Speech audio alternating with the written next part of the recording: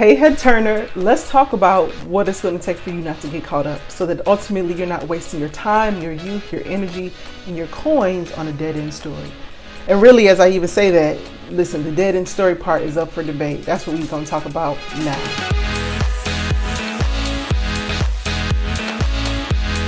Before I do, listen, it just came to me. Can I share a quick story with you?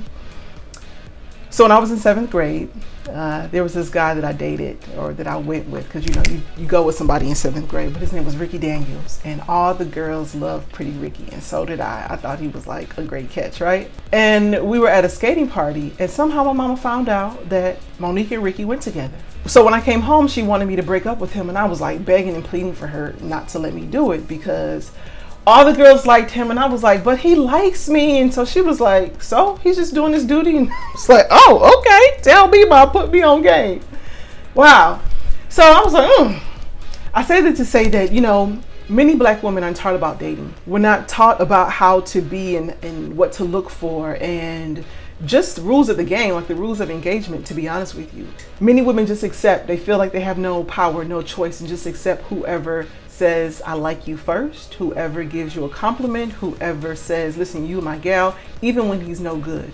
And or you find yourself getting upset when there's a guy who typically, is not your type, or he doesn't qualify, wants to speak with you. You find yourself getting really mad about that. And you're like, who does this guy think that I am? What is it about me that says it's okay to come and talk to me? And I want to dig into that a little bit, because ultimately the agitation from that comes from you not trusting yourself. It comes from you not trusting yourself, and here's why. It's like you're afraid that you're going to give in and be in a default relationship. You're afraid that, because this guy's giving you attention, because he is, available for you, and he's really the only one, you're afraid that you may not have another, like there's not anyone else in the lineup. And you got to understand that men are just going to shoot their shot. That's what they do. That's what my mama said, he's just doing his duty. It's no big thing. It's about how you're going to respond to that.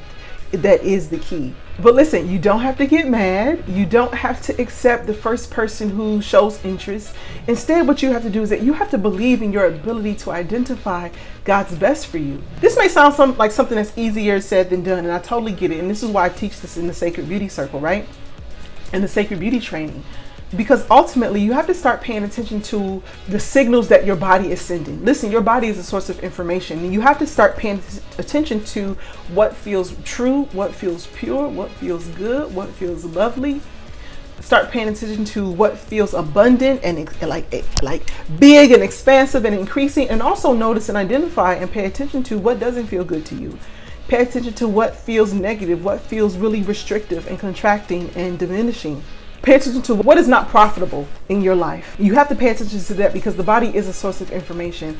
And this sounds easier said than done, because especially for black women, we don't give ourselves time to dream. We're always on go mode. We're always thinking about the next move. We're typically taking care of someone or something and just really handling business.